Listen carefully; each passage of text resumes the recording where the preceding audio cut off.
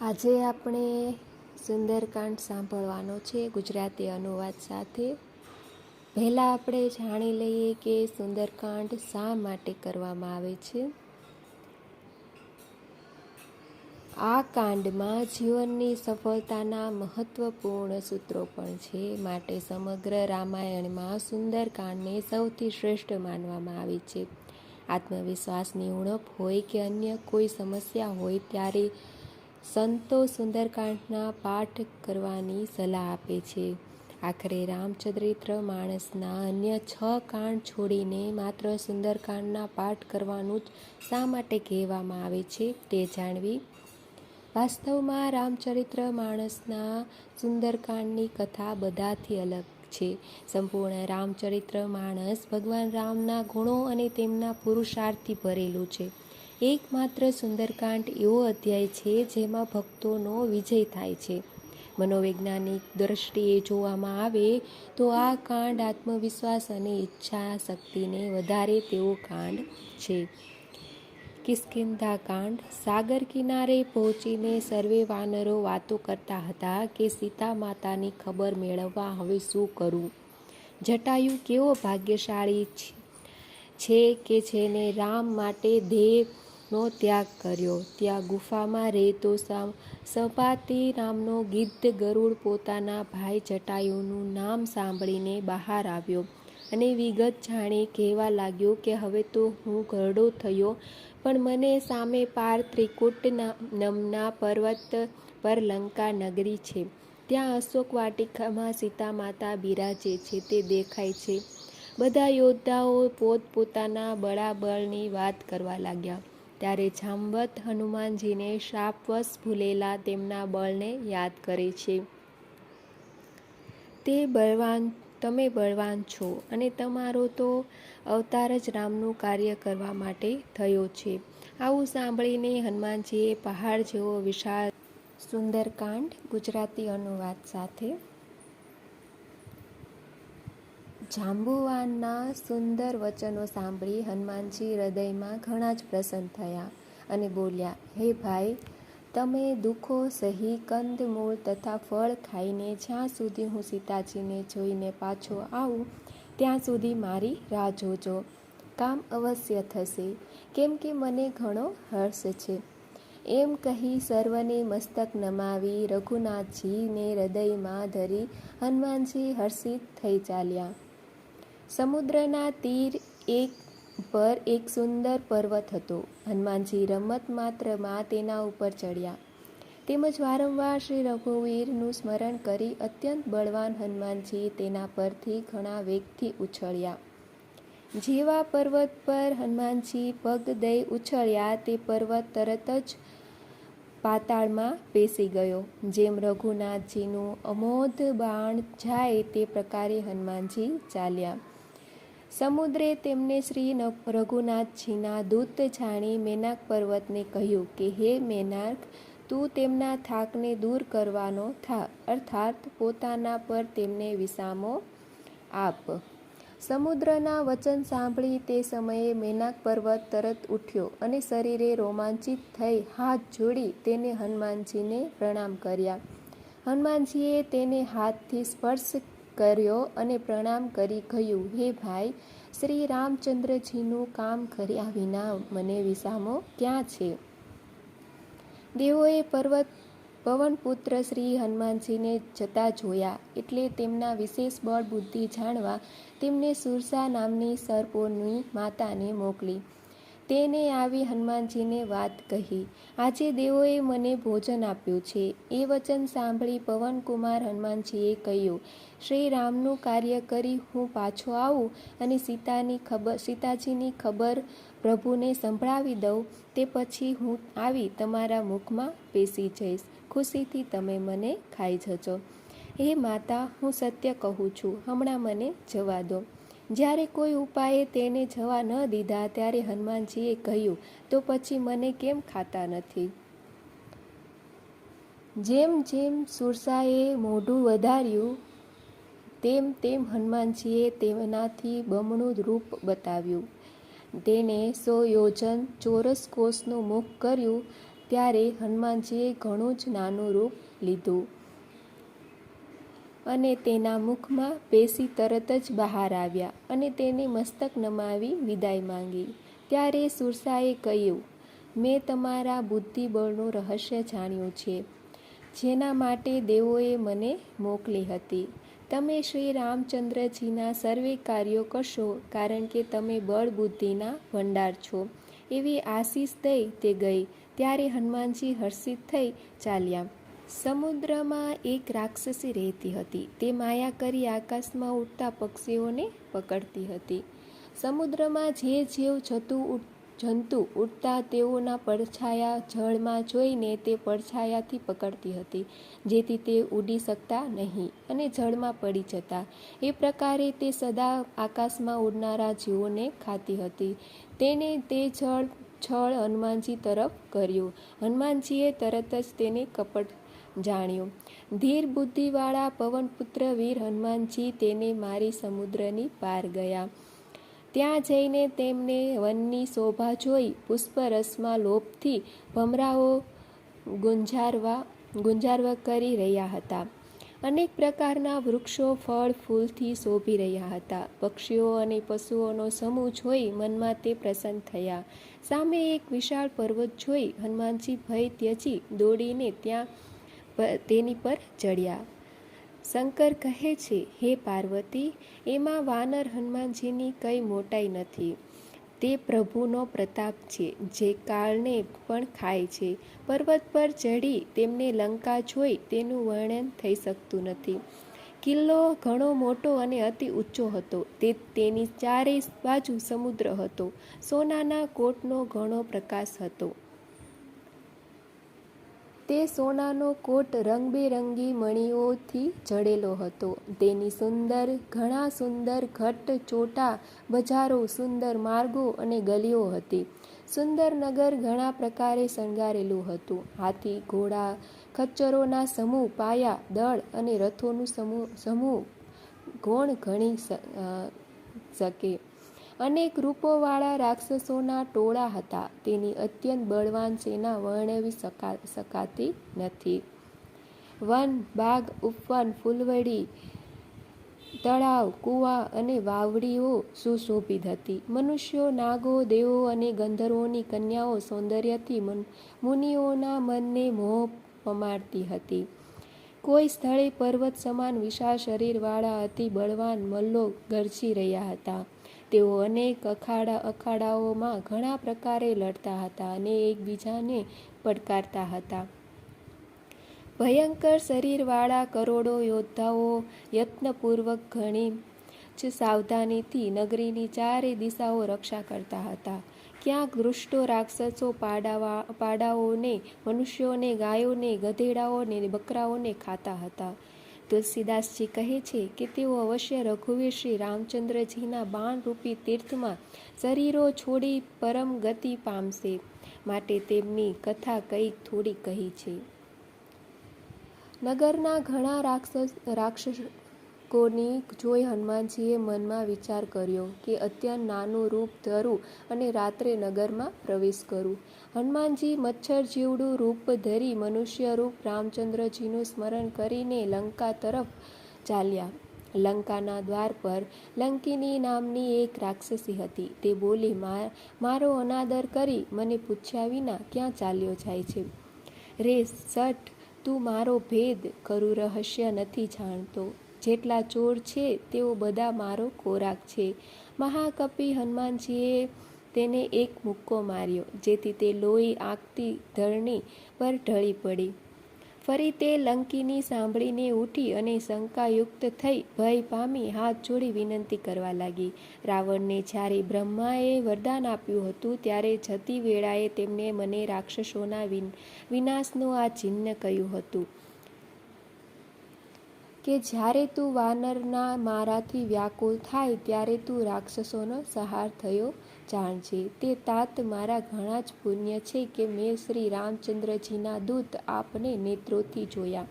હે તાત, સ્વર્ગ તથા મોક્ષના સર્વે સુખોને ત્રાજવાના એક પલ્લામાં રખાય તો પણ તે બધા મળી બીજા પલ્લામાં રાખેલા આ સુખની બરાબર થઈ શકતા નથી કે જે ક્ષણ માત્રના સત્સંગથી થાય છે. અયોધ્યાપુરીના રાજા શ્રી રામચંદ્રને હૃદયમાં રાખી નગરમાં પેસી સર્વે કામ કરજો. તેમને માટે વિષ અમૃત થાય છે, શત્રુ મિત્રતા કરે છે, સમુદ્ર ગાયના પગલાં છેવડો અને શીતળ બને છે. અને હે ગરુડજી, જેને રામચંદ્રજીએ એકવાર કૃપા કરીને જોયો તેને માટે સુમેરુ રજ જેવડો થાય છે. પછી હનુમાનજીએ ઘણું નાનું રૂપ ધર્યું અને ભગવાનનું સ્મરણ કરી નગરમાં પ્રવેશ કર્યો. તેમણે ઘેર ઘેર તપાસ કરી, જ્યાં ત્યાં અગણિત યોદ્ધા જોયા. પછી તે રાવણના મહેલમાં ગયા. તે અદ્ભુત હતો, જે વર્ણવી શકાતો નથી. હનુમાનજીએ તેને રાવણ સૂતેલો જોયો, પરંતુ મહેલમાં સીતાજીને જોયા નહીં. પછી એક સુંદર મહેલ જોયો. ત્યાં ભગવાનનું એક અલગ મંદિર બનેલું હતું. તેના પર શ્રી રામચંદ્રજીનું નામ લખ્યું હતું. એ ઘરની શોભા વર્ણવી શકાતી નથી. તેને જોઈ મન મોહ પામતું નથી. તે ઘર શ્રી રામચંદ્રજીના આયુધ ધનુષ્યબાણની નિશાનીવાળું હતું. તેની શોભા વર્ણવી જતી નથી. ત્યાં નવીન તુલસીના વૃક્ષ સમૂહો જોઈ કપિરાજ શ્રી હનુમાનજી હર્ષિત થયા. લંકા તો રાક્ષસોના સમૂહનું નિવાસ સ્થાન છે, ત્યાં સજ્જન ભક્તનો નિવાસ ક્યાંથી? હનુમાનજી એવો તર્ક કરવા લાગ્યા. તે સમયે વિભીષણ જાગ્યા. તેમને વિભીષણે રામ રામનું સ્મરણ ઉચ્ચારણ કર્યું.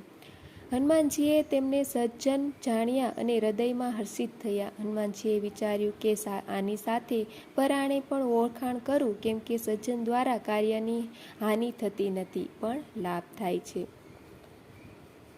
બ્રાહ્મણનું રૂપ ધરી હનુમાનજીએ તેમને વચન બોલાવ્યા. તે સાંભળતા જ વિભીષણ ઉઠી ત્યાં આવ્યા. પ્રણામ કરી કુશળ પૂછ્યું. કહ્યું કે હે બ્રાહ્મણ, આપની કથા સમજાવીને કહો. શું તમે હરિભક્તોમાંના કોઈ છો? કેમ કે આપને જોઈ મારા હૃદયમાં અત્યંત પ્રેમ થાય છે. અથવા આપ દીનજનોનો પ્રત્યે પ્રેમવાળા શ્રી રામ પોતે જ છો કે મને મહાભાગ્યશાળી બનાવવા ઘેર બેઠા દર્શન દઈ કૃતાર્થ કરવા આવ્યા છો? તે વખતે હનુમાનજીએ શ્રી રામચંદ્રની બધી કથા કહી પોતાનું નામ બતાવ્યું. તે સાંભળતા જ બંનેના શરીર પુલકિત થયા અને શ્રી રામના ગુણ સમૂહનો સ્મરણ કરી બંનેના મન પ્રેમ અને આનંદમાં મગ્ન થયા. વિભીષણે કહ્યું કે હે પવનપુત્ર, મારી રહેણી સાંભળો. જેમ દાંતની વચ્ચે બિચારી જીભ રહે તે હું અહીં રહું છું કે હે દાંત, મને અનાથ જાણી સૂર્યકુળના નાથ શ્રી રામચંદ્રજી શું મારા કદી કૃપા કરશે? મારું શરીર તામસ રાક્ષસી હોવાથી મારાથી કંઈ ધર્મ સાધન તો થઈ શકતું જ નથી. તેમ મનમાં શ્રી રામચંદ્રજીના ચરણ કમળો વિશે પ્રેમ પણ નથી. પરંતુ હે હનુમાન, હવે મને વિશ્વાસ થયો કે શ્રી રામચંદ્રની મારા પર કૃપા છે, કેમ કે શ્રી હરિના કૃપા વિના સંત મળતા નથી. જો શ્રી રઘુવીરે કૃપા કરી તો આપે મને હઠ કરીને પોતાના તરફથી પણ દર્શન દીધા. હનુમાનજીએ કહ્યું, હે વિભીષણ, સાંભળો. પ્રભુની આ રીત છે કે તે સેવક પર સદા પ્રેમ કરે છે. તમે જેમ તામસી કુળમાં જન્મ્યા છો તેમ કહો, હું કયો મોટો કુલીન છું, જાતિનો ચંચળ વાનર છું અને સર્વે પ્રકારે નીચ છું. પ્રાતઃકાળમાં જે અમારું વાનરોનું નામ લે છે તેને તે દિવસે ભોજન પણ ન મળે. હે મિત્ર, સાંભળો. હું એવો અધમ છું તો પણ રઘુવીર રામચંદ્રજીએ મારા પર કૃપા કરી છે. ભગવાનના ગુણોનું સ્મરણ કરી હનુમાનજીના બંને નેત્રોમાં પ્રેમાશ્રુના આંસુ ભરાઈ આવ્યા. જે જાણતા છતાં એવા સ્વામી રઘુનાથજીને ભૂલી જઈ વિષયોનું પાછળ ભટકતા ફરે છે, તેઓ દુઃખી કેમ ન થાય? એ પ્રકારે શ્રી રામના ગુણ સમૂહનો કહેતા તેમને અવર્ણનીય શાંતિ પ્રાપ્ત કરી. પછી વિભીષણે શ્રી જાનકીજીને જે પ્રકારે ત્યાં લંકામાં રહ્યા હતા તે સર્વે કથા કહી. ત્યારે હનુમાનજીએ કહ્યું કે હે ભાઈ, સાંભળો. હું જાનકી માતાને જોવા ઈચ્છું છું. વિભીષણે માતાના દર્શનની સર્વે યુક્તિઓ કહી સંભળાવી. ત્યારે હનુમાનજી વિદાય લઈ ચાલ્યા. પછી તે પ્રથમનું મચ્છર જેવડું રૂપ કરી જ્યાં અશોક વનમાં સીતાજી રહ્યા હતા ત્યાં ગયા. સીતાજીને જોઈ હનુમાનજી તેમને મનમાં જ પ્રણામ કર્યા. તેમના રાત્રિના 4 પ્રહરો બેઠા બેઠા જ વીતી જતા હતા. શરીર દુબળ થતું હતું. શિર પર જ ટાઓની એક વેણી લટ હતી. હૃદયમાં શ્રી રઘુનાથજીનો ગુણ સમૂહનો છાપ સ્મરણ કરતા હતા. પોતાના પગ તરફ નેત્રો રાખી નીચું જોઈને શ્રી રામચંદ્રજીના ચરણ કમળોના લીન મનવાળા જાનકીજીને દીન દુઃખી જોઈ હનુમાનજી અત્યંત દુઃખી થયા. હનુમાનજી વૃક્ષોના પાંદડામાં છુપાઈ રહ્યા અને વિચાર કરવા લાગ્યા કે હે ભાઈ, શું કરું? માતાનું દુઃખ કેવી રીતે દૂર કરું? તે સમયે ઘણી સ્ત્રીઓ સાથે લઈ રાવણ બની ઠનીને ત્યાં આવ્યા. તે દૃષ્ટે સીતાજીને ઘણા પ્રકારે સમજાવ્યા, સામ દામ ભય અને ભેદ બતાવ્યા. રાવણે કહ્યું, હે સુમુખી, હે સાણી, સાંભળો. મંદોદરી આદિ સર્વે રાણીઓને હું તમારી દાસી બનાવીશ. આ મારી પ્રતિજ્ઞા છે. તમે એકવાર મારી તરફ જુઓ. તે સાંભળી પરમ સ્નેહી કૌશલાધીશ શ્રી રામચંદ્રજીનું સ્મરણ કરી સીતાજી વચ્ચે તરણાની આડ પડદો કરી કહેવા લાગ્યા, હે 10 મુખ રાવણ, સાંભળ.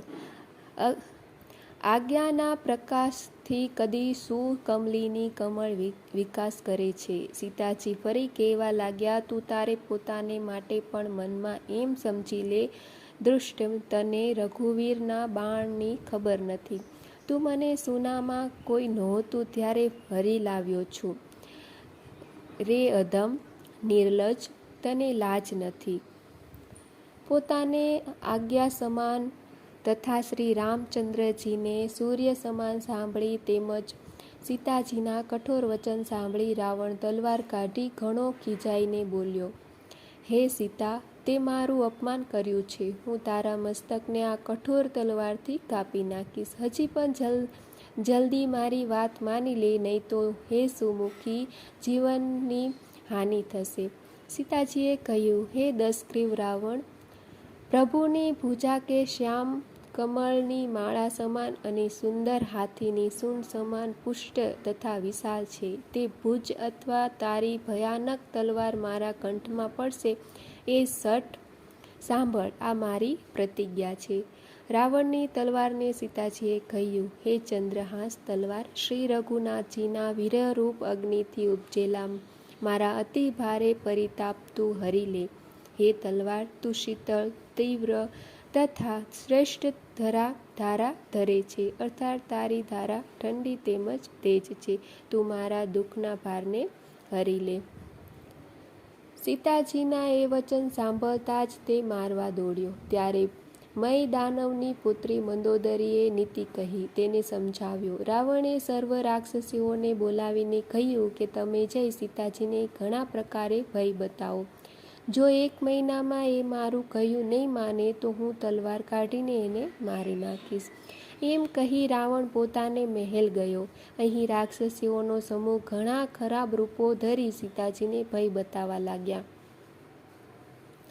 તેઓમાં એક ત્રિજટા નામની રાક્ષસી હતી. તેની શ્રી રામચંદ્રના ચરણોમાં પ્રીતિ હતી અને તે વિવેક જ્ઞાનમાં નિપુણ હતી. તેને સર્વેને બોલાવી પોતાનું સ્વપ્ન સંભાળ્યું અને કહ્યું, સીતાજીને સેવી પોતાનું કલ્યાણ કરો. સ્વપ્નમાં મેં જોયું છે કે એક વાનરે લંકા બાળી રાક્ષસોની તમામ સેનાઓને મારી નાખી. રાવણ નગ્ન હતો અને ગધેડા પર સવાર થયો હતો. તેના મસ્તક મૂડેલા હતા અને 20 ભુજાઓ કપાયેલી હતી. એ પ્રકારે તે દક્ષિણ યમપુરીની દિશામાં જતો હતો અને જાણે લંકા વિભીષણે પ્રાપ્ત કરી હતી. નગરમાં રઘુવીર શ્રી રામચંદ્રજીની આજ્ઞા ફરી અને તે વખતે પ્રભુએ સીતાજીને જાણે બોલાવી લીધા.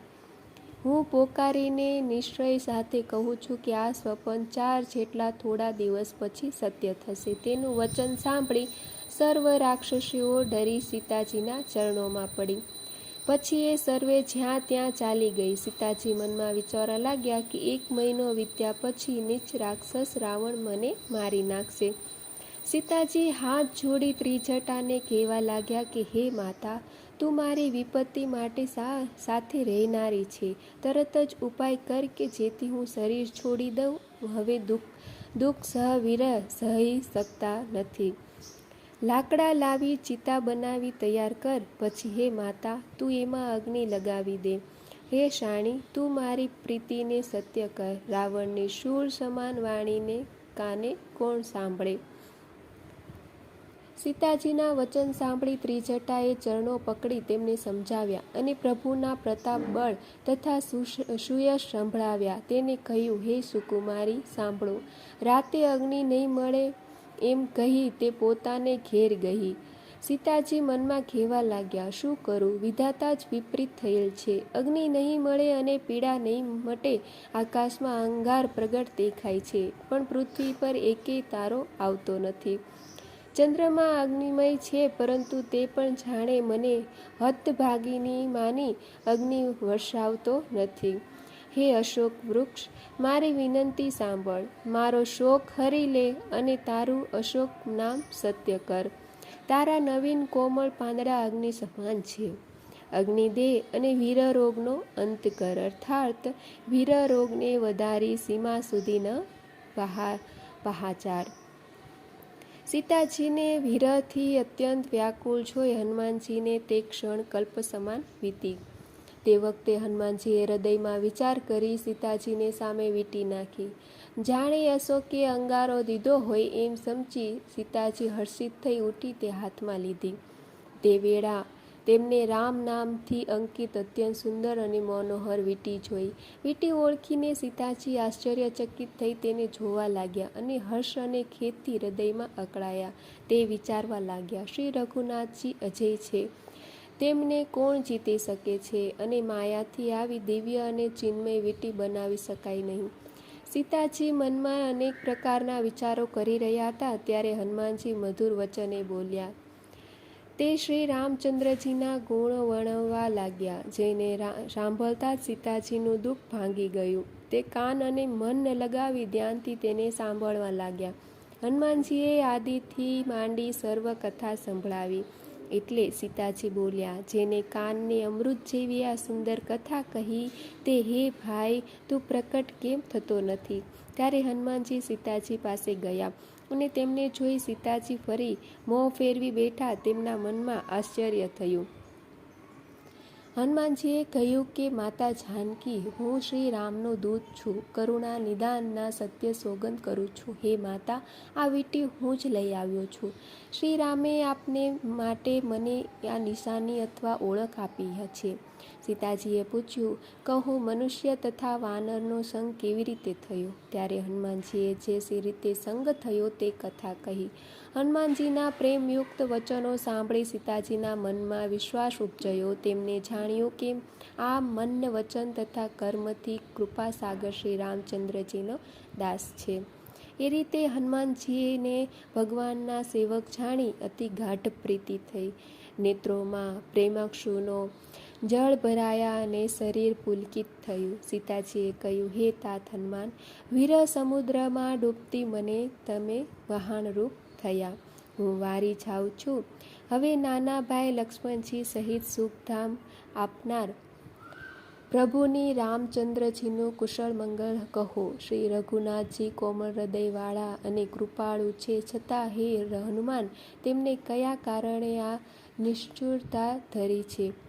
સેવકને સુખ દેવું એ તેમની સ્વાભાવિક ટેવ છે. શ્રી રઘુનાથજી કોઈ વેળા મારું સ્મરણ કરે છે? હે તાત, તેમના કોમળ શ્યામ અંગો જોઈ શું કદી મારા નેત્રો શીતળ થશે કે? એટલું કહ્યા પછી સીતાજીના મુખમાંથી વચન બહાર ન નીકળ્યા. નેત્રોમાં વિરહના આંસુનું જળ ભરાયું. ઘણા દુઃખથી ફરી તે બોલ્યા, હે નાથ, હા નાથ, તમે મને બિલકુલ વિસારી જ લીધી. સીતાજીને વીરથી અત્યંત વ્યાકુળ જોઈ હનુમાનજી કોમળ તથા વિનમ્રયુક્ત વચનો બોલ્યા. હે માતા, સુંદર કૃપાધામ પ્રભુ નાના ભાઈ સહિત કુશળ છે, પરંતુ આપના દુઃખથી દુઃખી છે. હે માતા, મનમાં ન્યૂનતા ન માનો, મન નાનું કરી દુઃખ ન કરો. શ્રી રામચંદ્રનો પ્રેમ આપનાથી બમણો છે. હે માતા, હવે ધીરજ ધરી રઘુનાથજીનો સંદેશો સાંભળો. એમ કહી હનુમાનજી પ્રેમથી ગળગળા થઈ ગયા. તેમના નેત્રોમાં પ્રેમાક્ષુનું જળ ભરાયું. હનુમાનજી બોલ્યા, શ્રી રામચંદ્રજીએ કહ્યું છે કે હે સીતા, તમારા વિયોગથી મારે માટે સર્વે પદાર્થો વિરુદ્ધ થયા છે. વૃક્ષના નવા કોમળ પાંદડા જાણે અગ્નિ સમાન, રાત્રિ કાળ રાત્રિ સમાન, ચંદ્રમા સૂર્ય સમાન, તેમજ કમળોના વન ભાલા સમાન થયા છે. વાદળા જાણે ગરમ ગરમ તેલ વરસાવી રહ્યા છે. જે હિતકારી હતા તે જ હવે પીડા કરે છે. શીતળ, મંદ અને સુગંધી એમ 3 પ્રકારના પવન સર્પના શ્વાસ સમાન ઝેરી તથા ગરમ થયો છે.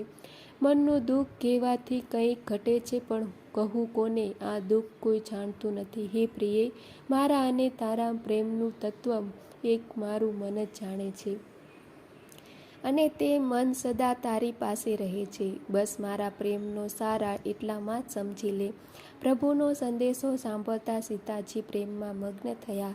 તેમને શરીરનું ભાન ન રહ્યું. હનુમાનજીએ કહ્યું, હે માતા, હૃદયમાં ધૈર્ય ધરો અને સેવકોને સુખ આપનારા શ્રી રામનું સ્મરણ કરો. શ્રી રઘુનાથજીની પ્રભુતા હૃદયમાં લાવો અને મારા વચન સાંભળી કાયરતા છોડો. રાક્ષસોના સમૂહ પતંગ સમાન અને શ્રી રઘુનાથજીના બાણ અગ્નિ સમાન છે. હે માતા, હૃદયમાં ધૈર્ય ધરો અને રાક્ષસોને બળી ગયેલા જ જાણો. રઘુવીર શ્રી રામચંદ્રજીએ ખબર મેળવી હોય તો તેઓ વિલંબ કરતા નહીં. હે જાનકીજી, રામબાણ રૂપી સૂર્યના ઉદય થશે ત્યારે રાક્ષસોને સેનારૂપી અંધકાર ક્યાં રહેશે? હે માતા, આપને હમણાં જ લઈ જાઉં, પણ શ્રી રામચંદ્રના સોગંદ છે કે મને પ્રભુની આજ્ઞા નથી. હે માતા, કેટલાક દિવસ ધીરજ ધરો. રઘુવીર શ્રી રામચંદ્રજી વાનરો સહિત અહીં આવશે અને રાક્ષસોને મારી આપને લઈ જશે. નારદ આદિ ઋષિ મુનિ 3 લોકમાં યશ ગાશે. સીતાજીએ કહ્યું, હે પુત્ર, સર્વે વાનરો તમારા જેવડા નાના નાના હશે અને રાક્ષસો તે અતિ બળવાન યોદ્ધાઓ છે. તેથી મારા હૃદયમાં ઘણો ભારે સંદેહ થાય છે કે તમારા જેવા વાનરો રાક્ષસોને કેવી રીતે જીતશે. એ સાંભળી હનુમાનજીએ પોતાનું શરીર પ્રગટ કર્યું કે શરીર સુવર્ણ તથા પર્વત સમેરુના આકાશનું અત્યંત વિશાળ, યુદ્ધમાં ભયંકર, અતિ બળવાન અને વીર હતું. તે વખતે એને જોઈ સીતાજીના મનમાં વિશ્વાસ થયો. પછી હનુમાનજીએ પાછું નાનું રૂપ ધરી લીધું. હે માતા, સાંભળો. વાનરોમાં વધારે બુદ્ધિબળ હોતા નથી, પરંતુ પ્રભુના પ્રતાપથી ઘણો જ નાનો સર્પ ગરુડને ખાઈ શકે છે. અત્યંત નિર્બળ પણ મહાબળવાનને મારી શકે છે. ભક્તિ, પ્રતાપ, બળ તથા તેજથી યુક્ત હનુમાનજીની વાણી સાંભળી સીતાજીના મનમાં સંતોષ થયો. તેમને શ્રી રામના પ્રિય જાણી હનુમાનજીને આશીષ દીધી કે હે તાત, તમે બળ તથા શીલના ભંડાર થાઓ. હે પુત્ર, તમે વૃદ્ધાવસ્થાથી રહિત, અમર તથા ગુણોનો ભંડાર થાઓ. શ્રી રઘુનાથજી તમારા પર ઘણી કૃપા કરે. પ્રભુ કૃપા કરે એમ કાને સાંભળતા જ હનુમાનજી પૂર્ણ પ્રેમમાં મગ્ન થયા. હનુમાનજીએ વારંવાર સીતાજીના ચરણોમાં મસ્તક નમાવ્યું અને પછી હાથ જોડી કહ્યું, હે માતા, હવે હું કૃતાર્થ થયો. આપના આશીર્વાદ સફળ અને પ્રસિદ્ધ છે. હે માતા, સાંભળો. સુંદર ફાળોવાળા વૃક્ષો જોઈ મને ઘણી ભૂખ લાગી છે. સીતાજીએ કહ્યું, હે પુત્ર, સાંભળો. ઘણા વીર રાક્ષસો યોદ્ધાઓ આ વનની રખેવાળી કરે છે. હનુમાનજીએ કહ્યું, હે માતા, જો તમે મનમાં સુખ માનો પ્રયત્નથી આજ્ઞા આપો તો મને તેમનો બિલકુલ ભય નથી. હનુમાનજીને બુદ્ધિ તથા બળમાં નિપુણ જોઈ સીતાજીએ કહ્યું, હે તાત, જાઓ. શ્રી રઘુનાથજીના ચરણોને હૃદયમાં ધારણ કરી મધુર ફળ ખાઓ. પછી હનુમાનજી સીતાજીને મસ્તક નમાવીને ચાલ્યા અને બગીચામાં બેઠા ફળ ખાધા અને વૃક્ષોને તોડવા લાગ્યા. ત્યાં ઘણા રાક્ષસો યોદ્ધાઓ હતા. તેમાંથી કેટલાકને મારી નાખ્યા અને કેટલાકને રાવણ પાસે જઈ પોકાર કર્યો. હે નાથ, એક મોટો વાનર આવ્યો છે. તેને અશોક વાટિકા ઉજ્જડ કરી છે. ફળ ખાધા વૃક્ષો ઉખેડી નાખ્યા અને રાક્ષસોને મસળીને જમીન પર પાડ્યા છે. એ સાંભળી રાવણે ઘણા યોદ્ધાઓ મોકલ્યા. તેમને જોઈ હનુમાનજીએ ગર્જના કરી. હનુમાનજીએ સર્વ રાક્ષસોને મારી નાખ્યા. કેટલાક અધમુઆ રહ્યા તેઓ પોકાર કરતા રાવણ પાસે ગયા. પછી રાવણે અક્ષય કુમારને મોકલ્યા. તે અસંખ્ય શ્રેષ્ઠ યોદ્ધાઓ સાથે લઈ ચાલ્યો અને તેણે આવતો જોઈ હનુમાનજીએ હાથમાં એક વૃક્ષ લઈને લલકાર્યો અને તેને મારી નાખ્યો. મોટા અવાજથી ગર્જના કરી. કેટલાકને મસળી નાખ્યા અને કેટલાકને પકડી પકડી ધૂળમાં રંગદોળી નાખ્યા. એટલે કેટલાકે પાછા જઈ પોકાર કર્યો કે હે પ્રભુ, વાનર ઘણો બળવાન છે. પુત્રનો વધ સાંભળી રાવણ ખીજાયો અને તેને મેઘનાદને મોકલ્યા. હે પ્રભુ, તેને મારો નહીં પણ બાંધો. તે વાનરને જોઈ તે ક્યાંનો છે. ઇન્દ્રને જીતનાર અતુલિત યોદ્ધા મેઘનાદ ચાલ્યો. ભાઈના નાશ સાંભળી તેને ક્રોધ ઉપજ્યો. હનુમાને જોયું કે હવે ભયાનક યોદ્ધો આવ્યો છે. ત્યારે તે કચકચાવીને ગરજ્યા અને દોડ્યા. તેમણે અતિ વિશાળ વૃક્ષ ઉપાડ્યું અને તેના પ્રહારથી લંકેશ્વર રાવણના પુત્ર મેઘનાદને રથ વિનાનો કરી નાખ્યો. તેની સાથે જે મોટા યોદ્ધાઓ હતા તેઓને પકડી પકડીને હનુમાનજી પોતાના શરીરથી મસળવા લાગ્યા. તે સર્વેને મારી મેઘનાદ સાથે લડવા લાગ્યા. યુદ્ધ કરતા તેઓ એવા જાણ્યા કે જાણે બે શ્રેષ્ઠ હાથીઓ લડી રહ્યા હતા. હનુમાનજી તેને એક મુક્કો મારી વૃક્ષ પર ચડી અને તેને મેઘનાદને એક ક્ષણ સુધી મૂર્છા આવી પણ ફરી ઉઠી. તેણે ઘણી માયા રચી, પરંતુ પવનપુત્ર હનુમાનજી તેનાથી જીતી શક્યા નહીં. છેવટે તેને બ્રહ્માસ્ત્રનો પ્રયોગ કર્યો. ત્યારે હનુમાનજીએ મનમાં વિચાર્યું કે જો હું બ્રહ્માસ્ત્ર નહીં માનું તો તેનો અપાર મહિમા મટી જશે. તેને હનુમાનજીને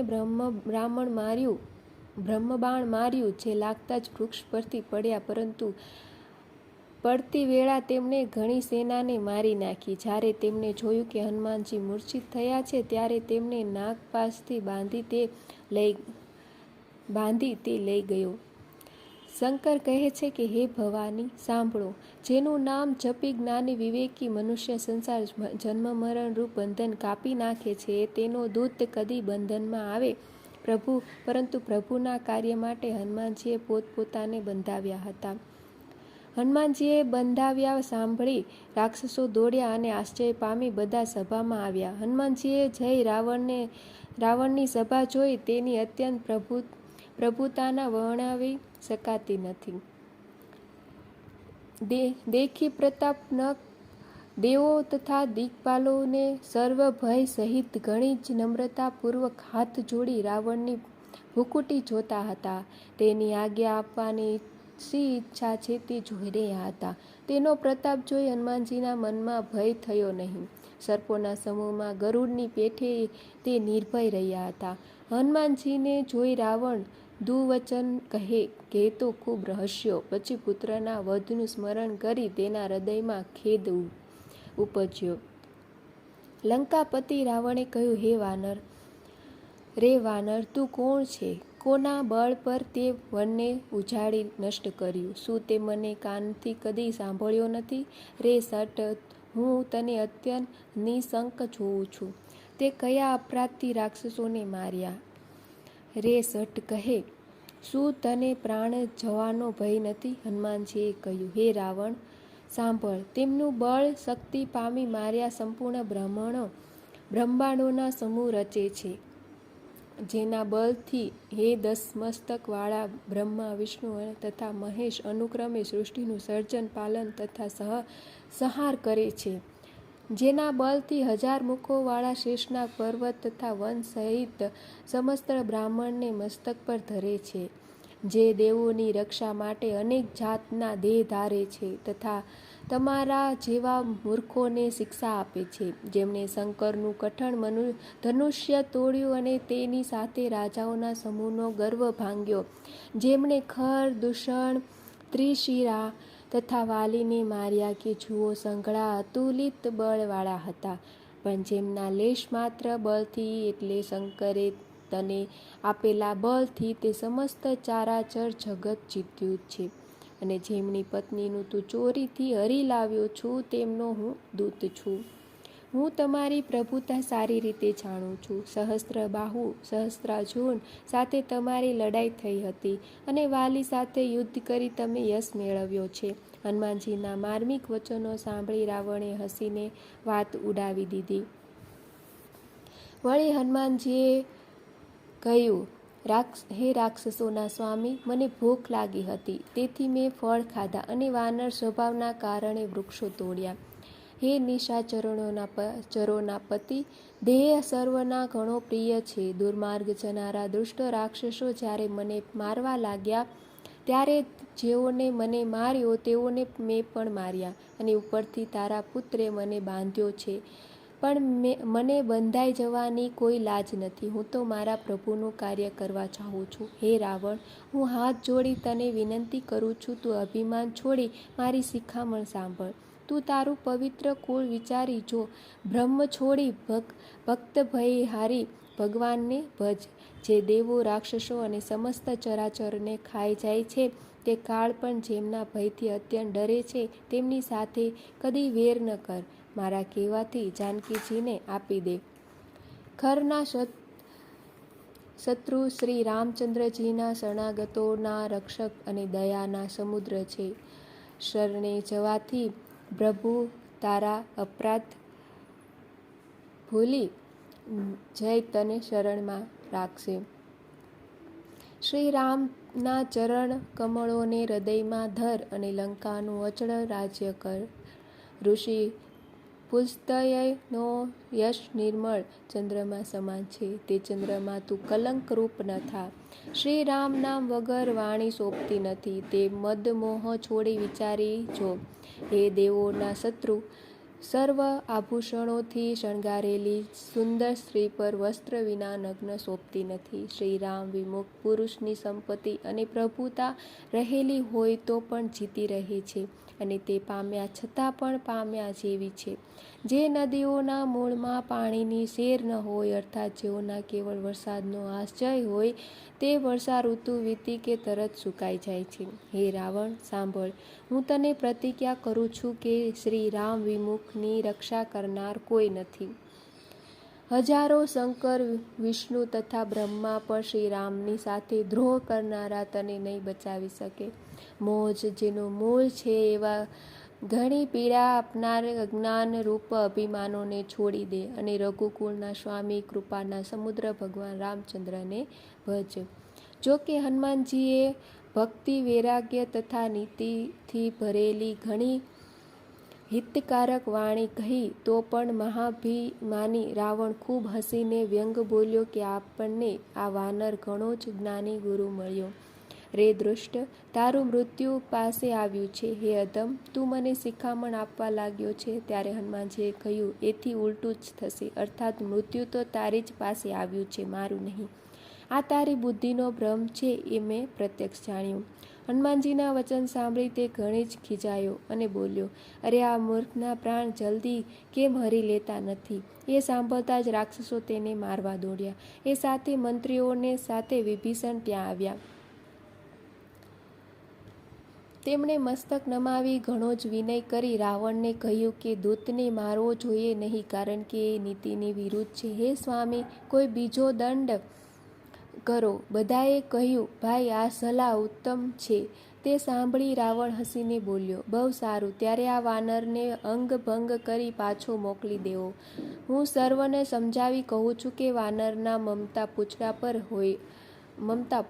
હોય છે, માટે તેલમાં કપડું બોળીને એ આને પૂંછડે બાંધી અગ્નિ લગાવી દો. પૂંછડા વગરના આ વાનરને ત્યાં પોતાના સ્વામી પાસે જશે ત્યારે તે મૂર્ખ પોતાના સ્વામીને લઈ આવશે, અને જેની આણે ઘણી જ બડાઈ કરી છે તેની પ્રભુતા હું જોઈએ તો ખરું.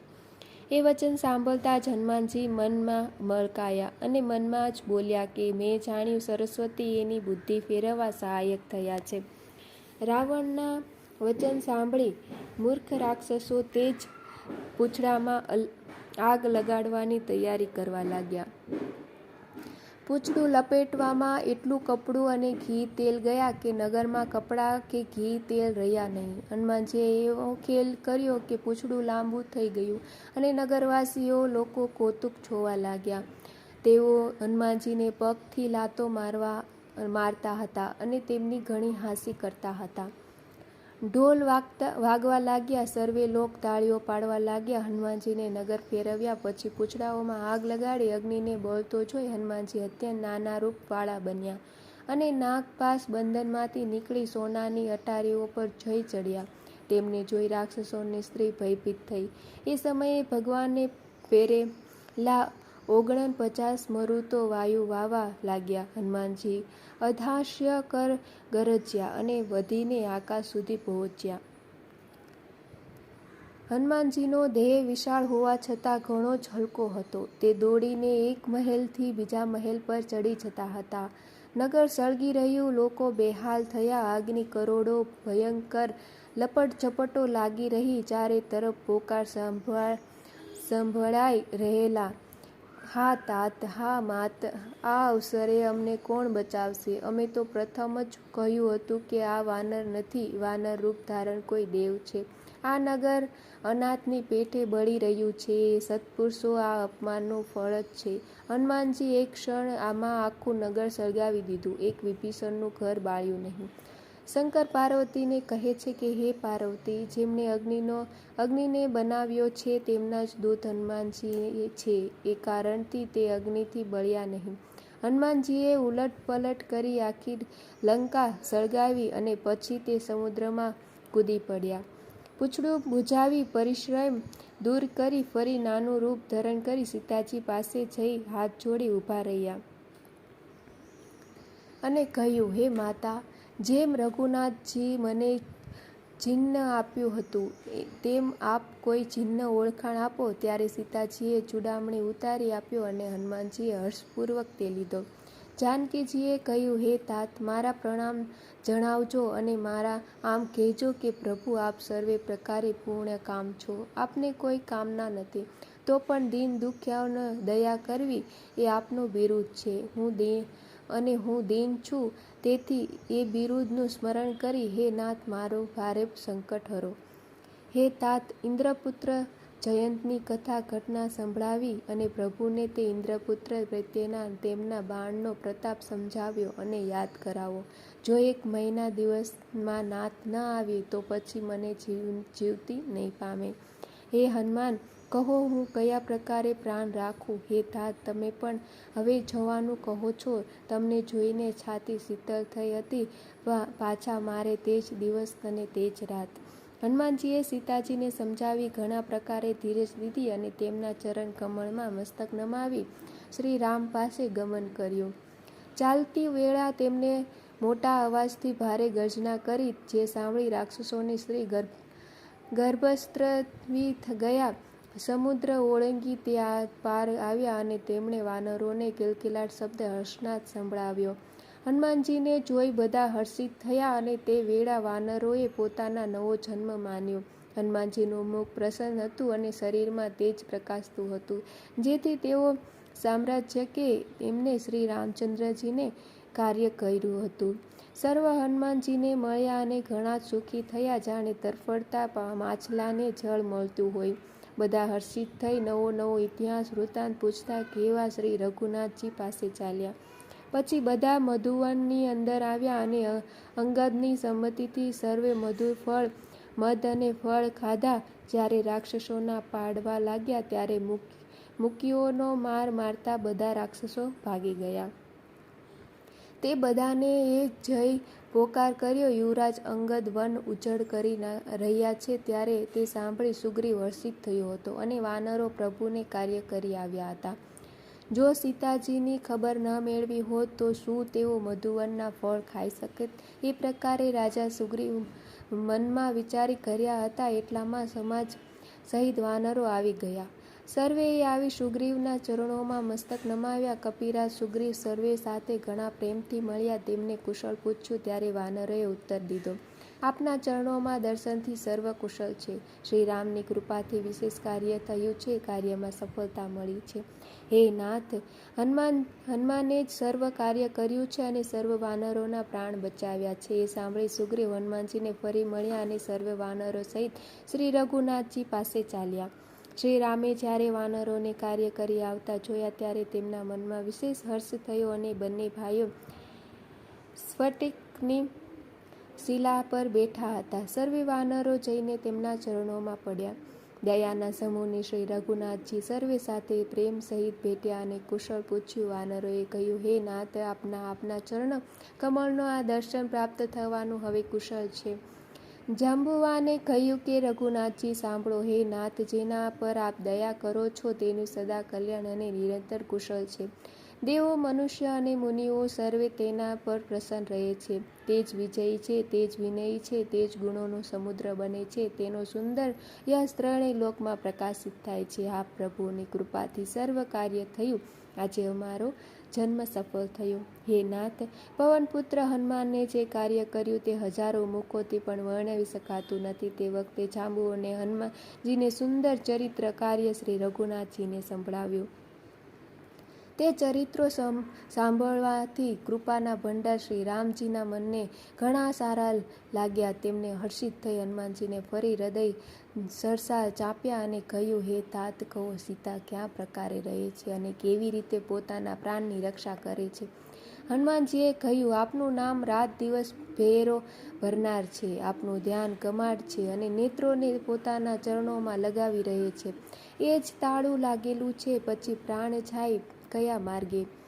અને નીકળતી વખતે તેમને મને ચૂડામણી ઉતારી દીધો છે. અને શ્રી રઘુનાથજીએ તેમને લઈને હૃદય સરસો દબાવ્યો. હનુમાનજીને ફરી કહ્યું, હે નાથ, બંને નેત્રોમાં જળ ભરીને જાનકીને મને કંઈક વચનો કહ્યા છે.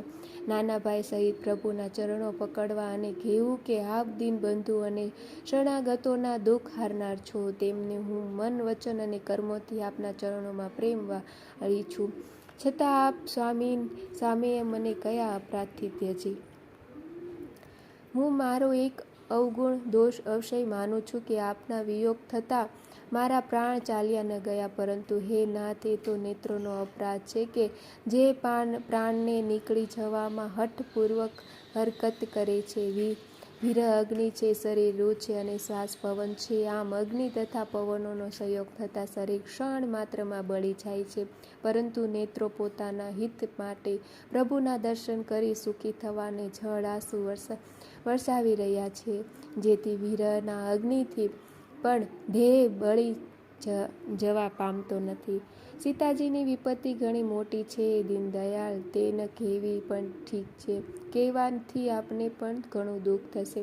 હે કરુણા નિધાન, તેમની એક એક પળ કલ્પ સમાન જાય છે. માટે હે પ્રભુ, તરત ચાલો. આપની ભુજાઓના ના બળથી દુષ્ટોના દળને જીતી સીતાજીને લઈ આવો. સીતાજીનું દુઃખ સાંભળી સુખના ધામ પ્રભુના કમળ સમાન નેત્રોમાં જળ ભરાઈ આવ્યા અને બોલ્યા, મન, વચન તથા શરીરથી જેને મારો આધાર છે તેને શું સ્વપ્નમાં પણ વિપત્તિ હોય? હનુમાનજીએ કહ્યું, હે પ્રભુ, વિપત્તિ તો ત્યારે જ છે જ્યારે આપનું ભજન સ્મરણ ન થાય. હે પ્રભુ, રાક્ષસોનું શું વાત છે? તેઓ શી ગણતરીમાં છે? આપ શત્રુને જીતી જાનકીને લઈ આવશો. શ્રી રામ બોલ્યા, હે હનુમાન, સાંભળો. તમારા સમાન મારો ઉપકારી દેવ, મનુષ્ય અને મુનિ કોઈ શરીરધારી નથી. હું તમારા પ્રતિ ઉપકાર બદલો શું કરું? મારું મન પણ તમારી સુન્મુખ થઈ શકતું નથી. હે પુત્ર, સાંભળો. મેં મનમાં ખૂબ વિચાર કરીને જોયું કે હું તમારા કરજમાંથી છૂટું તેમ નથી. દેવોના રક્ષક પ્રભુ વારંવાર હનુમાનજીને જોઈ રહ્યા અને નેત્રોમાં પ્રેમાક્ષુનો જળ ભરાઈ શરીર અત્યંત પુલકિત થયું. પ્રભુના વચન સાંભળી તેમજ તેમનું પ્રસન્ન મુખ અને પુલકિત શરીર જોઈ હનુમાનજી હર્ષિત થયા અને પ્રેમથી વ્યાકુળ બની, હે ભગવાન, રક્ષા કરો, રક્ષા કરો એમ કહેતાની શ્રી રામના ચરણોમાં પડ્યા. પ્રભુ તેમને વારંવાર ઉઠાવ્યા ચાહતા હતા, પરંતુ પ્રેમમાં મગ્ન હનુમાનજીને ચરણોમાંથી ઉઠવું ગમ્યું નહીં. પ્રભુના હસ્તમસ્તક હનુમાનજીના મસ્તક પર હતા. તે સ્થિતિનું સ્મરણ કરી શંકર પ્રેમ મગ્ન થયા. પછી મનને સાવધાન કરી શંકર અતિ સુંદર કથા કહેવા લાગ્યા. હનુમાનજીને ઉઠાડી પ્રભુએ હૃદય સાથે ચાપ્યા અને હાથ પકડી અત્યંત સમીપ બેસાડ્યા. પછી કહ્યું કે હે હનુમાનજી, કહો, રાવણ વડે સુરક્ષિત લંકા અને તેના દુર્ગમ કિલ્લાને તમે કેવી રીતે બાળ્યો? હનુમાનજીએ પ્રભુને પ્રસંગ જણાવ્યા અને અભિમાન રહિત વચન બોલ્યા.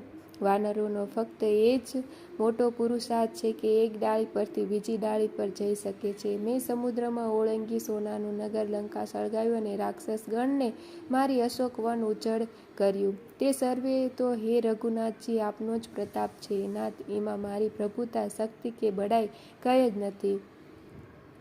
હે પ્રભુ, જેના પર આપનું અનુકૂળ પ્રસન્ન છો તેને કંઈ કઠિન નથી. આપના પ્રભાવથી રૂ એકદમ બળી જનારી વસ્તુ વડવાનલને પૂર્ણ બાળી શકે છે, અર્થાત અસંભવિત પણ સંભવિત બને છે. હે નાથ, કૃપા કરી મને અત્યંત સુખ આપનારી આપની નિશ્ચલ ભક્તિ આપો. હનુમાનજીની અત્યંત સરળ વાણી સાંભળી હે ભવાની તે વખતે પ્રભુ રામચંદ્રજી ભલે એમ થાઓ કહ્યું.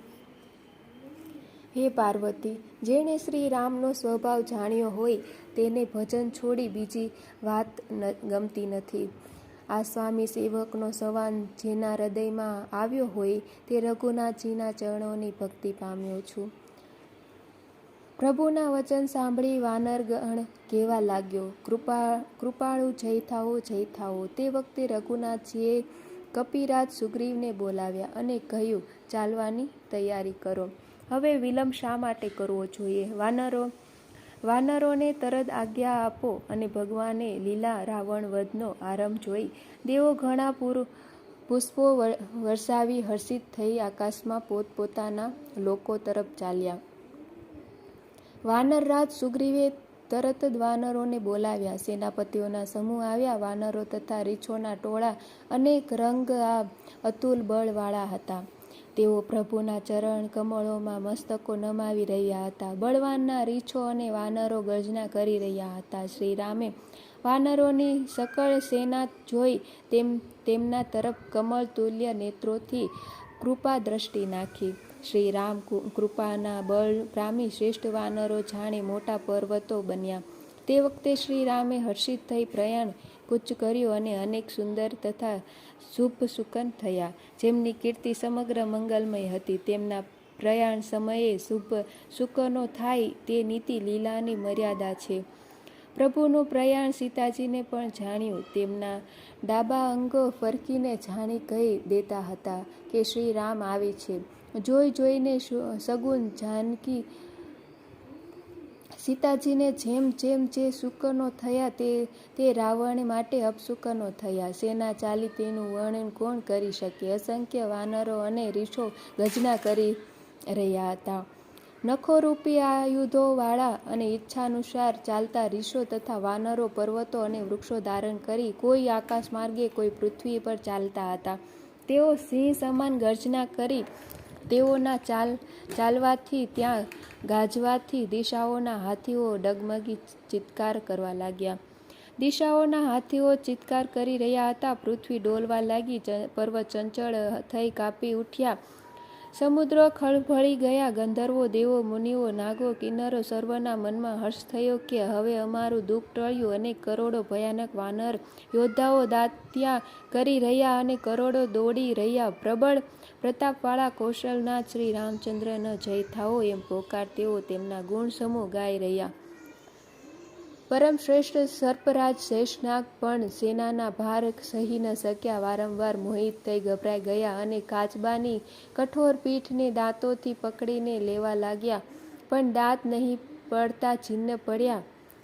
તેઓ એવા શોભી રહ્યા હતા કે જાણે રઘુવીર શ્રી રામચંદ્રની સુંદર પ્રયાણ યાત્રાની ઘણી જ સોહામણી જાણી તેની અચળ કથાને સર્પરાજ શેષનાગ કાચબાની પીઠ પર લખી રહ્યા હતા. એ પ્રકારે કૃપા નિદાન શ્રી રામચંદ્રજીના સમુદ્રના કિનારે જઈ ઉતર્યા અને રીછ તથા વાનરો જ્યાં ત્યાં ફળ ખાવા લાગ્યા. ત્યાં લંકામાં જ્યારથી હનુમાનજીની લંકા સળગાવી ગયા ત્યારથી રાક્ષસો શંકાયુક્ત રહેવા લાગ્યા. પોતપોતાના ઘરમાં સર્વે વિચાર કરી રહ્યા કે હવે રાક્ષસ કુળનું રક્ષણ થવાનું નથી. જેના દૂતનું બળ વર્ણવી શકાતું નથી તે પોતે નગરમાં આવે તો આપણી શી ભલાઈ છે, શું સારું થશે? દૂતોએ પાસેથી નગરવાસીઓના એ વચનો સાંભળી મંદોદરી ઘણી જ વ્યાકુળ થઈ. એ એકાંતમાં પતિને રાવણને હાથ જોડીને પગે લાગી અને નીતિરસથી તળબોળ વાણી બોલી, હે પતિ, શ્રી હરિ સાથેના વિરોધ છોડી દો. મારું કહેવું અત્યંત હિતકારી જાણી હૃદયમાં ધરો. જેના દૂતની કરણીનો વિચાર કરતા સ્મરણ આવતા જ રાક્ષસોની સ્ત્રીઓમાં ગર્ભાવી જાય છે.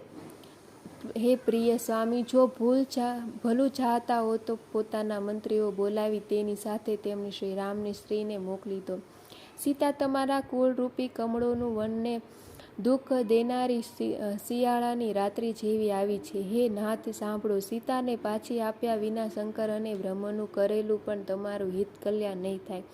શ્રી રામના બાણ સર્પોના સમૂહના જેવા છે અને રાક્ષસોના સમૂહ દેડકા જેવા છે. જ્યાં સુધીમાં તે બાણરૂપી સર્પો તેમાં રાક્ષસો રૂપી દેડકાઓને ગળી ન જાય ત્યાં સુધી હઠ જોડી ઉપાય કરો. મૂર્ખ અને જગ પ્રસિદ્ધ અભિમાન રાવણ કાનોથી તેની વાણી સાંભળી ખૂબ હસ્યો અને બોલ્યો, ખરેખર સ્ત્રીઓને સ્વભાવ ઘણો જ બીકણ હોય છે અને મંગળમાં પણ તું ભય કરે છે. તારું મન અત્યંત કાચું નબળું છે. જો વાનરોની સેના આવશે તો બિચારા રાક્ષસો તેઓને ખાઈ પોતાના જીવન નિર્વાહ કરશે. લોકપાલો પણ તેના ભયથી કંપે છે. તેની સ્ત્રી હોવા છતાં તું ડરે છે. આ મોટી હાસ્યની વાત છે. રાવણ એમ કહી હસીને તેને હૃદય સાથે ચાંપી મમતા સ્નેહ વધારી તે સભામાં ચાલ્યો ગયો અને મંદોરી હૃદયમાં ચિંતા કરવા લાગી કે પતિ પર વિધાતા વિપરીત થયા છે. તે સભામાં જઈ બેઠો કે તરત જ આવી ખબર મળી કે શત્રુની સર્વે સેના સમુદ્રની પાર આવી છે અને તેની મંત્રીઓને પૂછ્યું કે તમે યોગ્ય સલાહ કહો, હવે શું કરવું જોઈએ? ત્યારે તેઓ બધા હસ્યા અને બોલ્યા કે ચૂપ થઈ રહો, આમાં સલાહ શી કહેવાની છે? આપે દેવો અને રાક્ષસોને જીત્યા ત્યારે શ્રમ થયો ન હતો, ત્યારે મનુષ્યો અને વાનરો કઈ ગણતરીમાં છે? મંત્રી, વેદ અને ગુરુ આ ત્રણેય જો ભય અથવા લાભની આશાને લીધે હિતની વાત ન કહી શકે, કેવળ પ્રિય બોલે ખુશામત જ રહે, તો અનુક્રમે રાજ્ય, શરીર તથા ધર્મ એ ત્રણનો જલ્દી નાશ થાય છે. રાવણને પણ તે જ સહાય મળી હતી. મંત્રીઓ તેને સંભળાવી મોં આગળ સ્તુતિ કરતા હતા. એ સમયે અવસર જાણી વિભીષણ આવ્યા અને તેમણે મોટાભાઈના ચરણોમાં મસ્તક નમાવ્યું. પછી તે મસ્તક નમાવી પોતાના આસન પર બેઠા અને આજ્ઞા મેળવી વચન બોલ્યા, હે કૃપાળુ, જો આપે મને સલાહ પૂછી છે તો હે તાત, હું મારી બુદ્ધિ પ્રમાણે આપના હિતની વાત કહું છું. જે મનુષ્ય પોતાના કલ્યાણ, સુંદર યશ, ઉત્તમ બુદ્ધિ, શુભ ગતિ અને અનેક પ્રકારના સુખ ચાહતો હોય તે હે સ્વામી પર સ્ત્રીના લલાટને ચોથના ચંદ્રને પેઠે ધજે છે.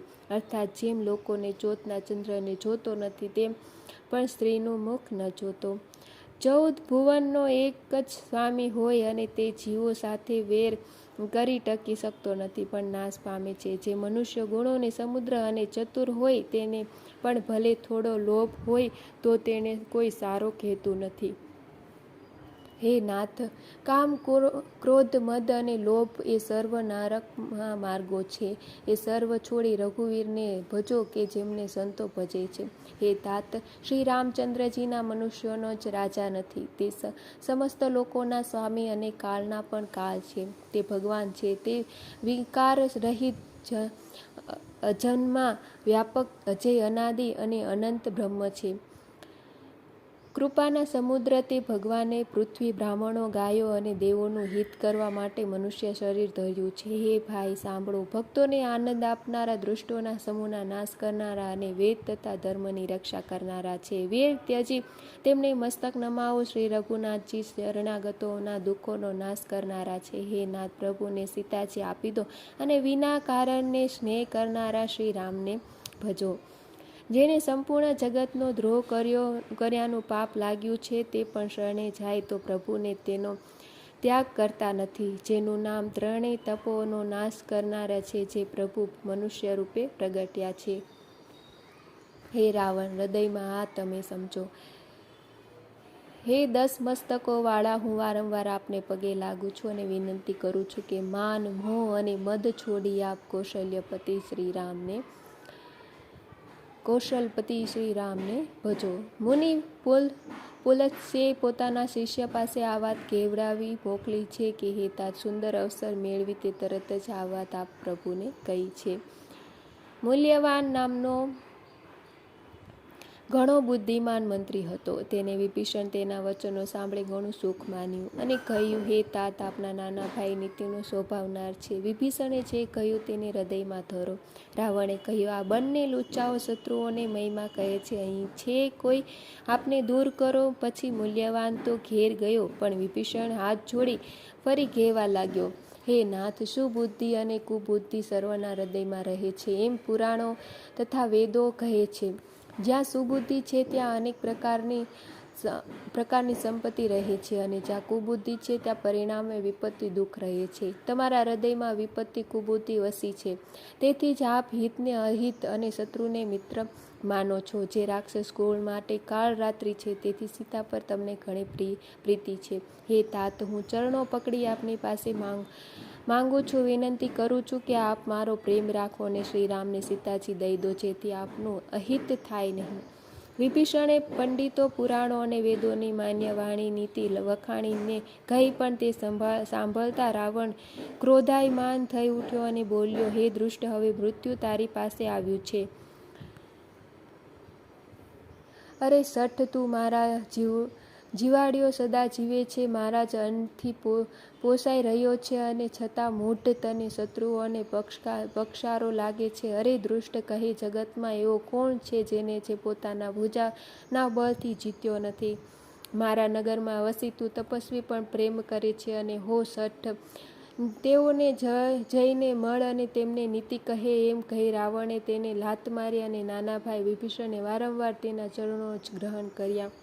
શંકર કહે છે કે પાર્વતી, સંતનો આ જ મહિમા છે કે જે બુરું કરવા છતાં બુરું કરનારું ભલું જ કરે છે. અને વિભીષણે કહ્યું, આપ મારા પિતા સમાન છો, મને ભલે માર્યો, પરંતુ હે નાથ, શ્રી રામને ભજવામાં જ તમારું હિત છે. એટલું કહી વિભીષણ પોતાના મંત્રીઓ સાથે લઈ આકાશ માર્ગે ગયો અને સર્વને સંભળાવી તેમને આમ કહ્યું, શ્રી રામચંદ્રજી સત્ય સંકલ્પવાળા અને સર્વસમર્થ પ્રભુ છે. હે રાવણ, તમારી સભા કાળને વશ છે, તેથી હું હવે શ્રી રઘુવીરને શરણે જાઉં છું, મને દોષ ન દેશો. એમ કહીને વિભીષણ જ્યારે ચાલ્યા ત્યારે સર્વે રાક્ષસો આયુષ્ય રહિત થયા. તેમને મૃત્યુ નક્કી થઈ ગયું. અને શંકરે કહ્યું, હે ભવાની, સજનું અપમાન સંપૂર્ણ કલ્યાણનો તરત જ નાશ કરે છે. રાવણે જે ક્ષણે વિભીષણનો ત્યાગ કર્યો તે ક્ષણે અભાગ્યો ઐશ્વર્ય રહિત થયો, અને વિભીષણ હર્ષિત થઈ મનમાં અનેક મનોરથ કરતા શ્રી રઘુનાથજી પાસે ચાલ્યા. તે વિચાર કરવા લાગ્યા કે હું જઈને ભગવાન કોમળ અને લાલવર્ણના ચરણ કમળોનું દર્શન કરીશ, કે જે સેવકોનો સુખ આપનારા છે, અને વળી જે ચરણોનો સ્પર્શ કરવાથી ઋષિપત્ની અહલ્યા તારી, અને જે દંડક વનને પવિત્ર કરનારા છે, જે ચરણોને સીતાજીએ હૃદયમાં ધર્યા છે, જે કપટ મૂર્ગ મારીચ સાથે પૃથ્વી પર તેનો પકડાવ દોડ્યા, અને જે ચરણ કમળ સાક્ષાત શંકરના હૃદયરૂપી સરોવરમાં વિરાજે છે. મારા અહોભાગ્ય છે કે હું તેમને આજે જોઈશ. જે ચરણોની પાદુકાઓમાં ભરત ત્યજીને મન લગાડ્યું છે, તે ચરણોને હું આજે હમણાં જોઈને આ નેત્રોથી જોઈશ. એ પ્રકારે પ્રેમ સહિત વિચાર કરતા જે જલ્દી સમુદ્રના આ પાર જ્યાં રામચંદ્રજીની સેના હતી ત્યાં આવ્યા. વાનરોને વિભીષણ આવતા જોઈ જાણ્યું કે આ શત્રુઓ કોણ ખાસ દૂત છે. તેમને ભેરા પર શોભાવીને તેઓ સુગ્રીવ પાસે આવ્યા અને તેમને સર્વે સમાચાર સંભળાવ્યા. સુગ્રીવે શ્રી રામ પાસે જઈ કહ્યું કે, રે રઘુનાથજી, સાંભળો, રાવણનો ભાઈ આપને મળવા આવ્યો છે. પ્રભુ શ્રી રામે કહ્યું, હે મિત્ર, તમારી શી સલાહ છે? વાનરરાજ સુગ્રીવે કહ્યું, હે મહારાજ, સાંભળો, રાક્ષસોની માયા જાણી શકાતી નથી. તે ઈચ્છાનુસાર રૂપ ધારણ કરનારો કપટી કયા કારણે આવ્યો હશે તે શું કહી શકાય? મને લાગે છે તે લુચ્ચો આપણો ભેદ લેવા આવ્યો હશે, માટે મને તો એ જ લાગે છે કે તેને બાંધી રાખો. શ્રી રામે કહ્યું, તમે નીતિ ઠીક વિચારી, પરંતુ શરણાગતનો ભય હરવો એ મારું પણ છે. પ્રભુના વચન સાંભળી હનુમાન હર્ષ પામ્યા અને મનમાં કહેવા લાગ્યા કે ભગવાન શરણે આવેલા પણ પ્રેમ રાખનાર છે. શ્રી રામ ફરી બોલ્યા, જે મનુષ્ય પોતાનું અહિત વિચારી શરણે આવેલને ત્યજે છે તે પામર અને પાપમય છે, અને તેને જોવામાં પણ હાનિ છે. જેને કરોડો બ્રાહ્મણની હત્યા લાગી હોય તેને પણ શરણે આવ્યા પછી હું ત્યજતો નથી. જીવ જ્યારે મારું સન્મુખ થાય ત્યારે તેના કરોડો જન્મનો પાપ નાશ થાય છે. પાપીઓને સહજ સ્વભાવ હોય છે કે મારું ભજન કદી ગમતું નથી. તે રાવણનો ભાઈ દુષ્ટ હૃદયવાળો હોત તો શું મારી સન્મુખ આવત? જે મનુષ્ય નિર્મળ મનનો હોય છે તે જ મને પામે છે અને કપટ અને છળ છિદ્રો ગમતા નથી. જો તેને રાવણ આપણે ભેદ લેવા મોકલ્યો હશે તો પણ હે સુગ્રીવ આપણને કઈ ભય કે હાનિ નથી. કેમ કે હે મિત્ર, જગતમાં જેટલા રાક્ષસો તે સર્વને લક્ષ્મણ પલકવાર જ મારી શકે છે. પણ જો તે ભયભીત થઈ મારી શરણે આવ્યો હશે તો હું તેને પ્રાણની પેઠે રાખીશ, તેની રક્ષા કરીશ. કૃપાના ધામ શ્રી રામે હસીને કહ્યું, બંને પ્રકારે શત્રુ કે શરણે તેવા બે પ્રકારે તેને લાવો. અને ત્યારે અગંદ અને હનુમાનજી સહિત વાનર ગણ કૃપાળુ શ્રી રામને જય થાઓ એમ કહી ચાલ્યા. વિભીષણે આદર સહિત આગળ કરી વાનરે ફરી ચાલ્યા અને ત્યાં કરુણાની ખાણ શ્રી રામચંદ્રજી હતા. નેત્રોને આનંદનું દાન દેનારા બંને ભાઈઓ વિભીષણે દૂરથી જોયા. પછી શોભાના ધામ શ્રી રામને જોયું. મટકું પણ માર્યા વગર સ્તંભ થઈ એકીટસે જોઈ રહ્યા. ભગવાનની ભુજાઓ લાંબી હતી, નેત્રો લાલ કમળ સમાન હતા અને શરણાગતોના ભયનો નાશ કરનારું શરીર શ્યામ હતું. ખાદ સિંહ સમાન હતી. વિશાળ વક્ષ સ્થળ શોભી રહ્યું હતું. મુખ અસંખ્ય કામદેવોના મનને મોહ કરનારું ભગવાનનું સ્વરૂપ જોઈ વિભીષણના નેત્રોમાં પ્રેમાક્ષુના જળ ભરાયા અને શરીર અત્યંત રોમાંચિત થયું. પછી મનમાં ધીરજ ધરી તેમને કોમળ વચનો કહ્યા. હે નાથ, હું દસમુખ રાવણનો ભાઈ છું. હે દેવોના રક્ષક, મારો જન્મ રાક્ષસ કુળમાં થયો. મારું શરીર તામસ છે અને જેમ ઘુવડને અંધકાર પર સહજ સ્નેહ છે તેમ સ્વભાવથી જ મને પાપ પ્રિય છે. હું કાંતિ આપનો સુંદર યશ સાંભળી આવ્યો છું કે પ્રભુ સંસારમાં ભયનો નાશ કરનારા છે. હે દુઃખીઓના દુઃખ દૂર કરનારા અને શરણાગતોને સુખ દેનારા શ્રી રઘુવીર, ત્રાહી ત્રાહી મારી રક્ષા કરો, રક્ષા કરો એમ કહી દંડવટ કરતા તેમને પ્રભુએ જોયા એટલે તે અતિશય હર્ષ પામી તરત જ ઉઠ્યા. વિભીષણના દીન વચનો સાંભળી પ્રભુ મનમાં ઘણા હર્ષ પામ્યા. તેમને પોતાનું વિશાળ ભુજાઓતું પકડી તેમને હૃદય સરસા ચાપ્યા. નાના ભાઈ લક્ષ્મણ સહિત વિભીષણને મળી પોતાના પાસે બેસાડી શ્રી રામચંદ્રજીના ભક્તોના ભયને હરનારા વચનો બોલ્યા. હે લંકેશ, પરિવાર સહિત તમારું કુશળ કહો. તમારો વાસ ખરાબ સ્થાન પર છે. દિવસ રાત દુષ્ટોની મંડળીમાં તમે વસો છો. હે મિત્ર, તમારા ધર્મ કયા પ્રકારે નભે છે હું તમારી સર્વે રીતિ જાણું છું. અમે અત્યંત નીતિ નિપુણ છો. તમને અનીતિ ગમતી નથી. હે तात, નરકમાં વસવું ઘણું સારું, પરંતુ વિધાતા દુષ્ટોના સંગ ન દે. વિભીષણે કહ્યું, હે રઘુનાથજી, હવે આપના ચરણોમાં દર્શન કરી હું કુશળ છું. કારણ કે આપે પોતાનો સેવક જાણી મારા પર દયા કરી છે. જ્યાં સુધી જીવ શોકના ધર રૂપી કામ વાસના છોડીને શ્રી રામને ભજતો નથી ત્યાં સુધી તેનું કુશળ નથી અને સ્વપ્નમાં પણ તેના મનને શાંતિ નથી. જ્યાં સુધી ધનુષ બાણ અને કમરમાં ભાથો ધરનારા શ્રી રઘુનાથજી હૃદયમાં વસતા નથી ત્યાં સુધી લોભ, મોહ, મત્સર, મદ તથા માન આદિ અનેક દૃષ્ટો હૃદયમાં વસે છે. મમતા પૂર્ણ અંધકારમય રાત્રિ છે જે રાગદેશ રૂપી ધૂળોને સુખ આપનારી છે. તે મમતા રૂપી અંધારી રાત જ્યાં સુધી પ્રભુતાને રૂપે સૂર્ય હોતો નથી ત્યાં સુધી જ જીવનમાં મનમાં વસે છે.